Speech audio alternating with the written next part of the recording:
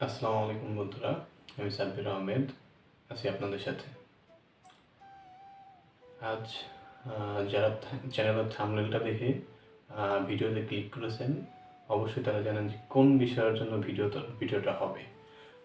আসলেও আমি যে বিষয়ে ভিডিওটা বানাতে চাইতেছি সেটা হলো অনেক সময় দেখা যায় খুব পড়ালেখার প্রতি আমাদের বর্তমান যে সময়টা আছে এই সময়টাতে অনেকেই পড়ালেখার প্রতি আগ্রহী না। অনেকেই চায় যে খুব কম পড়ালেখা করেও যেন সে ভালো রেজাল্ট করতে যায়। এরকম একটা আ আমার মধ্যে একটা ক্রিয়া কাজ করে। তো আমি ১ম এই যারা থাম্বনেলটা দেখে ভিডিওটা দেখতে এসেছেন, তাদের জন্য স্বাগতম জানাই। অবশ্যই আপনারা ঠিক জায়গায় ক্লিক করছেন।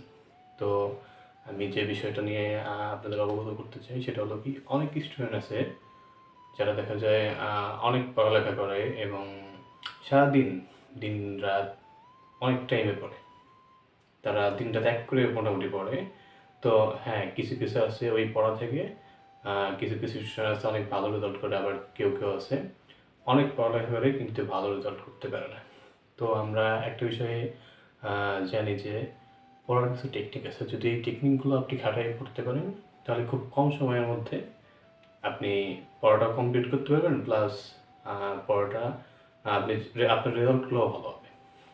শুধু এই টেকনিকগুলো খাটায় যদি আপনি পড়তে পারেন। আসলে মূলত ভালো রেজাল্ট করার জন্য বেশি পড়তে হয় না, সামান্য একটু পড়লেই হয়। আমরা অনেকেই ভালো রেজাল্ট করার জন্য অনেক বেশি পড়ার চেষ্টা করি। আসলেও এমন সিস্টেমটা না। সিস্টেমটা হলো এমন যে আমরা যদি বলি যে আমি অনেক পড়ালেখা করছি, আমি রেজাল্ট ভালো করতে পারবো।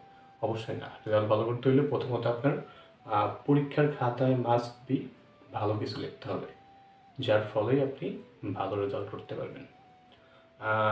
একটা বিষয় বলি, দিনে ২ ঘন্টা আমি পড়ার কথা বলছি এখানে। তার মানে যে ২ ঘন্টা এরকম একদম কন্টিনিউয়াস এরকম না। হইতে পারে ৫ মিনিট, ১০ মিনিট বেশি বা কম। তো আমি আপনাদের যেভাবে পড়ার কথা বলবো সেটা হলো আপনারা বেশিরভাগই দেখেন যে আপনাদের যে দেখা যায় ম্যাথ, ইংলিশ এগুলো আপনারা প্রাইভেট পড়েন। টিচারের কাছে অনেক ভালো পড়েন। এগুলোতে রেজাল্টও ভালো হয়। আপনাদের দেখা যায় যে কিছুতে আবার খারাপ হয়। কোনগুলা? যেগুলা যেমন বাংলাদেশের বিশ্ব পরিচয়, ইতিহাস প্রথম পত্র, দ্বিতীয় পত্র বা অন্যান্য যা আদারওয়াইজ কৃষি শিক্ষা অথবা হিসাব বিজ্ঞান, যেগুলো আপনাদের সমস্যা হয় আরকি, এই যেগুলো আছে এইগুলো এই সমস্যা হয়। আর বাদ বাকিগুলো দেখা যায় ম্যাথে ভালো রেজাল্ট করছেন বা অন্যান্য ইংলিশে ভালো রেজাল্ট করছেন। তো আপনাদের এই ক্ষেত্রে হয়, যার কারণে ওই সাবজেক্টগুলোর জন্য আপনার রেজাল্টটাও কম আসে। তো আমি যেভাবে পড়তাম আরকি, আদারওয়াইজ মানে যেগুলো আমি প্রাইভেট পড়তাম, ওই সাবজেক্টগুলো বাদ রেখে যেগুলো পড়তাম না, যেমন বাংলা, তারপরে আছে কি বাংলাদেশের বিশ্ব পরিচয়, যেমন জীববিজ্ঞান আছে, কৃষি শিক্ষা, এই যে সাবজেক্টগুলো আছে মোটামুটি ৫ থেকে ৬টা, এগুলো আমরা কী করতাম, এগুলা আমরা একটা সকালবেলা, বিশেষ করে সকালবেলা টাইমটাই সবার জন্য পড়ার সবচেয়ে উত্তম সময়। কারণ এই সময়টাতে ব্রেনটা একদম পরিষ্কার থাকে, যার কারণে পড়া আপনি যাই করবেন না কেন ওই টাইমটাই মনে থাকবে, সকালবেলা এটা। আর এখন আমাদের যে নিয়মটা আছে, এটা সৃজনশীল আকারে প্রশ্ন আসে। অবশ্যই সৃজনশীল প্রশ্নের ক নাম্বারটা ১০০% সঠিক যদি থাকে, তাহলে ওই শিক্ষার্থীর বাকি যে ৩টা প্রশ্ন থাকে ওই ৩টাতেও তার মার্ক পাওয়ার সম্ভাবনা থাকে। আর যার হাতের লেখা ভালো, আমার সাথে তার তো কোনো কথাই নাই, তার যদি ক নাম্বারটা শুধু ঠিক থাকে, বাদ বাকিগুলা কোনো বেশিরভাগ টিচারই পড়ে না। কারণ ক নাম্বার ঠিক থাকলে হাতের লেখা ঠিক থাকলেও ভাবে যে না, এ ভালো স্টুডেন্ট। যদি ভিতরে বানাইছে নাই, মানে যা কিছু হোক নাকি লেখে, তাহলে ওই মার্ক পেয়ে যায়। আর দিনে ২৪ ঘন্টার ২ ঘন্টা পড়লেই আপনি এনাফ। আপনি যদি ওই যে বিষয়গুলো আমি বলছি, আপনার গণিত আর ইংলিশ বাদে বাদ বাকি যে বিষয়গুলো আছে ওইগুলো যদি আপনি ২ ঘন্টা পড়েন, ২ ঘন্টা পড়লেই এনাফ। ২ ঘন্টা পড়লেই এনাফ। কিন্তু এই ২ ঘন্টা আপনার কন্টিনিউলি প্রতিদিন পড়তে হবে। মানে সপ্তাহে ৭ দিন, ৭ দিনই পড়তে হবে। আপনি একটা জিনিস হিসাব করেন যে এক দিন যদি আপনি ৩টা বইয়ের একটা অধ্যায় করে শেষ করেন। ৩টা বইয়ের একটা অধ্যায় বলতে আপনারা বইটা কম পড়বেন কি গাইড। অবশ্যই অনেকেই চিন্তা ভাবনা করতে পারেন যে আমি উল্টাপাল্টা কথা বলি না, এরকম না। আপনি যদি একটা বইয়ের বাংলা একটা বইয়ের যদি গল্প পড়েন অথবা অনেক পড়া, আপনি গাইড থেকে প্রথম সৃজনশীলের যে 15টা পড়া প্রশ্ন আছে, প্রথম সৃজনশীলের অনেকেই দেখা যায় এক একটা অধ্যায়ের প্রশ্ন আসে 30টা 40টা করে। তো আপনার এতগুলো পড়ার দরকার নেই। আপনি রোজ সকালে রেগুলার 3টা মানে রুটিন করে এক একদিন 3টা করে বই এইভাবে পড়বেন। প্রতিটা বইয়ের এক একদিন এক একটা অধ্যায় শেষ করবেন, যার প্রথম 15 বা 20টা করে পড়বেন সৃজনশীলের। শুধু ক আর খ, গ আর ঘ গুলো পড়ার দরকার নেই। আর যে ক আর খ পড়বেন মুখস্থ রাখবেন সে অবশ্যই গ আর ঘ দিতে পারবেন উদ্দীপকের সাথে সামঞ্জস্য রেখে। তো আরেকটা কথা বলতে চাই, যেটা হলো যে অনেকেই আমার এই ভিডিওটা ফেসবুক থেকেও দেখবেন। তো অবশ্যই আমার একই নামে ইউটিউব চ্যানেল এবং ফেসবুক থেকে যারা ভিডিওটা দেখতেছেন অবশ্যই তারা একটা লাইক দিয়ে দেবেন। আর আপনাদের প্রয়োজনীয় মন্তব্যটা, অবশ্যই গুরুত্বপূর্ণ যে মন্তব্য, এটা আপনি কমেন্ট বক্সে লিখবেন। আর অবশ্যই ফেসবুক পেজটা ফলো করে দেবেন।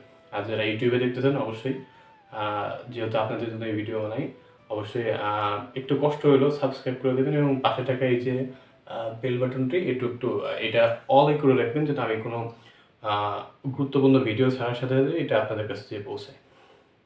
আর যেভাবে পড়তে বললাম এভাবে আপনারা পড়বেন, যে প্রতিটা বই বলতে প্রতিটা গাইডের যে প্রশ্নগুলো আছে এই প্রশ্নগুলো আপনি শেষ করবেন কন্টিনিউলি। প্রতিটা দিন যদি আপনি 2-3টা করে বইয়ের অধ্যায় শেষ করেন, তো সপ্তাহে মোটামুটি 6টা বই মিনিমাম আপনার এভাবে যদি কন্টিনিউলি করেন, তাহলে এক একটা বই শেষ হতে দেখা যায় 1 মাস সময় লাগবে। তো আপনি 1 বছরে এক একটা বই 12 থেকে 13 বার শেষ করতে পারবেন যদি আপনি এভাবে করেন।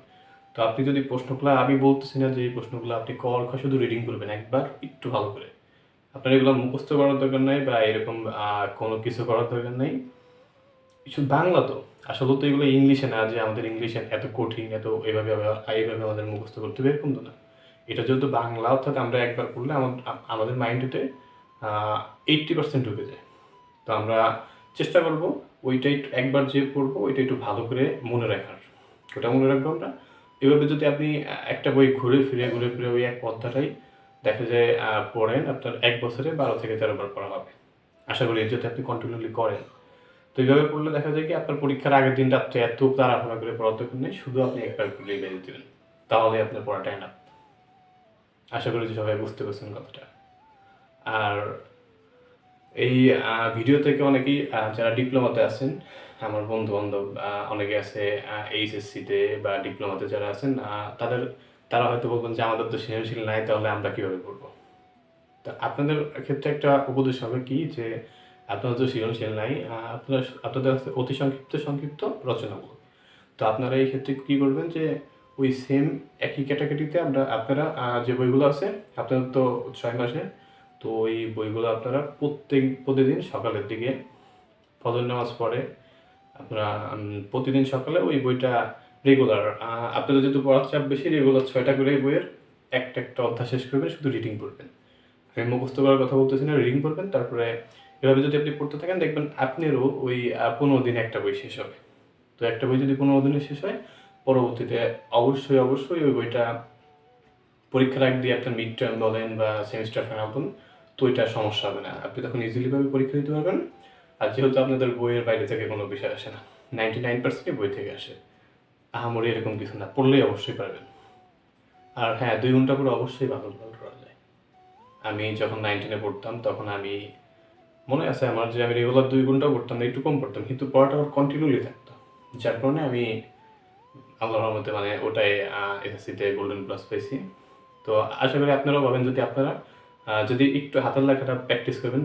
আপনার ভালো রেজাল্টের মেন সত্য হাতের লেখাটা লাগবে, হাতের লেখাটা একটু ভালো হইতে হবে। তারপরে ওই যে আমি যেভাবে বললাম, যদি আপনি ধারাবাহিকভাবে এইভাবে পড়েন, আর গণিত আর ইংলিশ তো অবশ্যই সবাই প্রাইভেট পড়েন, তো ওইভাবে তো ওইটা তো রেগুলার থাকতেছে, ক্লাসের পড়া এবং স্যারের পড়া এগুলো তো থাকতেছে। বাদ বাকি আপনি নিজের মতো, আমি যে পড়াটা বললাম দিনে 2 ঘন্টা পড়বেন, এইভাবে কন্টিনিউলি একটা রুটিন করে অবশ্যই ভালো রেজাল্ট পাবেন। যেমন একটা উদাহরণ দেখেন,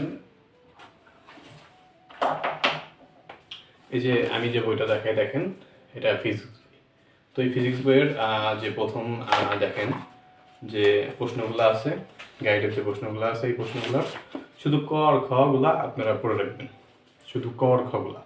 ক আর খ গুলো পড়লে পরবর্তীতে ফিজিক্সে যদিও অন্যান্য সাবজেক্টের মতো এরকম না, তো ফিজিক্সের যে ম্যাথগুলো আছে এগুলো আমি ধারাবাহিকভাবে আপনাদের করাই দেবো। যে ম্যাথগুলো আছে ভিডিওগুলো এই চ্যানেলেই পাবেন, একটু ধৈর্য ধরেন। এই ভিডিওগুলোর পরেই এই ফিজিক্স রিলেটেড টেকগুলো আমি পাঠাবো, আমি আপনাদেরকে ফেসবুকে দেবো, তো ওইগুলো থেকে আপনারা দেখবেন। আর যে ক আর খাগুলো আছে এগুলো এখন থেকেই প্রতিটা অধ্যায় শেষ করবেন। ফিজিক্সে যতগুলো আছে সবগুলো না, ফিজিক্সের শুরুতে দেখা যায় 20টা পড়বেন, তাহলে এনাফ। সেমভাবে কেমিস্ট্রির ক্ষেত্রে একই রকম হবে। আর যারা কারিগরিতে পড়ে, এসএসসি কারিগরিতে, তাদের জন্য উপদেশ থাকবে যে তাদেরও তো সেম একই প্রসেসে প্রশ্ন আসে, সেম একই বিষয়ে, তো আপনারাও সেম একইভাবে পড়বেন। আর আপনাদের তো অঙ্ক শুধু সৃজনশীল আসে না, তো সেই ক্ষেত্রে আপনারা অঙ্কের ক্ষেত্রে মার্কটা একটু বেশি পাবেন। তবে বাদ বাকি যে সাবজেক্টগুলো আছে আপনাদের অনেক এগুলো হার্ডলি পড়তে হবে আপনাদের সবাই, যদি আপনারা ভালো রেজাল্ট করতে চান। আর হ্যাঁ, অবশ্যই 2 ঘন্টা করে আপনাদের রেজাল্টটা ভালো করা সম্ভব, অসম্ভব বলতে গেলে কোনো কিছু নেই। আর দেখেন একটা জিনিস যেটা আমি দেখাই, যদি আপনারা প্রতিটা প্রশ্ন এক একটা সৃজনশীল প্রশ্ন মানে শুধু ক আর খটা পড়বেন, সেই ক আর খ পড়তে একটা প্রশ্ন পড়তে আপনার সর্বোচ্চ 30 সেকেন্ড লাগবে, 30 সেকেন্ড লাগবে। আর খ যে প্রশ্নটা, এই প্রশ্নটা আপনার লাগবে 1 মিনিট 30 সেকেন্ড। আমি একটা গড় হিসাব করছি, এই গড় হিসাবে দেখা যায় যে 1 মিনিট 30 সেকেন্ড লাগে আপনার খ নাম্বারটা, আর গ নাম্বারটা লাগে 30 সেকেন্ড। তো আপনার তাহলে প্রতিটা প্রশ্ন লাগতেছে কি 2 মিনিট করে, 2 মিনিট করে প্রতিটা প্রশ্ন লাগে। তো এই ক্ষেত্রে আপনি একটা বিষয় দেখেন যে 2 মিনিট করে যদি লাগে, তাহলে আপনি যদি 15টা গড়ে 15টা করে প্রশ্ন করেন এক একটা বিষয়ের, আপনি মনে করেন বাংলার একটা অধ্যায়ের 15টা প্রশ্ন পড়বেন, তো এই 15টা প্রশ্ন পড়তে আপনার আধা ঘন্টা টাইম লাগবে, 30 মিনিট টাইম লাগবে, 30 মিনিট টাইম লাগবে। তো এই 30 মিনিটে যদি আপনি শেষ করেন তাহলে আপনার এই 15টা প্রশ্ন শেষ হয়ে যাবে। এভাবে যদি আপনি 2 ঘন্টা পড়েন তাহলে 2 ঘন্টা আপনার সময় হবে 2 ঘন্টা সমান আপনার 4টা সাবজেক্ট শেষ করতে পারবেন। অনেকে আছে অনেক স্টুডেন্ট আছে যারা একটানা 1 ঘন্টাও পড়তে পারে না। এর মধ্যে যেমন আমি একটানা 1 ঘন্টাও পড়তে পারি না। তো এই ক্ষেত্রে আপনারা কি করবেন, একটানা 1 ঘন্টা বা 2 ঘন্টা না পড়ে আপনারা আধা ঘন্টা পড়লেন। এই একটা সাবজেক্ট ধরুন এই 30 মিনিট একটা সাবজেক্ট পড়ছেন, একটু 5 মিনিট একটু রেস্ট নিলেন বা হাঁটাহাঁটি করলেন, তারপরে 5 মিনিট পরে আবার আপনি আরেকটা সাবজেক্ট পড়েন। এভাবে ডেলি সকালে আপনারা 4টা করে বিষয় শেষ করবেন। আশা করি যে আপনাদের রেজাল্ট অবশ্যই ভালো হবে। আর সবার অনুরোধ থাকবে, সবাই যেহেতু যারা মুসলিম আছেন তাদের জন্য অনুরোধ থাকবে যে সবাই ফজরের নামাজটা পড়ার পরে সকালের পড়াটা স্টার্ট করবেন। ওই টাইমটা মানে ব্রেনটা খুব শার্প থাকে, যার কারণে ওটা যখনই যাই পড়েন ওটা মাথায় থাকবে বেশি। ওই টাইমটা আমি যেভাবে বলছি এভাবে যদি আপনারা পড়তে পারেন অবশ্যই ভালো কিছু করতে পারেন, রেজাল্টটা ভালো হবে। তো অবশ্যই সবাই আমার সাথে থাকবেন, যেহেতু আমার নতুন ইউটিউব চ্যানেল এটা, সবাই একটু শেয়ার করে দেবেন যেন আমার কিছু সাবস্ক্রাইবার বৃদ্ধি পায় এবং অনেকেই ভিডিওগুলো দেখতে পারে, উপকৃত হতে পারে, যতটুকু হোক উপকৃত হতে পারে। তো আপনারা একটু শেয়ার করে দেবেন ভিডিওগুলো, এটাই আপনাদের কাছে অনুরোধ। আর আজকের মতো এখানে শেষ করছি, পরবর্তী নতুন ভিডিও নিয়ে আবার আপনাদের সামনে উপস্থিত হবে। আজকের মতো এখানে শেষ করি, ধন্যবাদ, সবাই ভালো থাকবেন।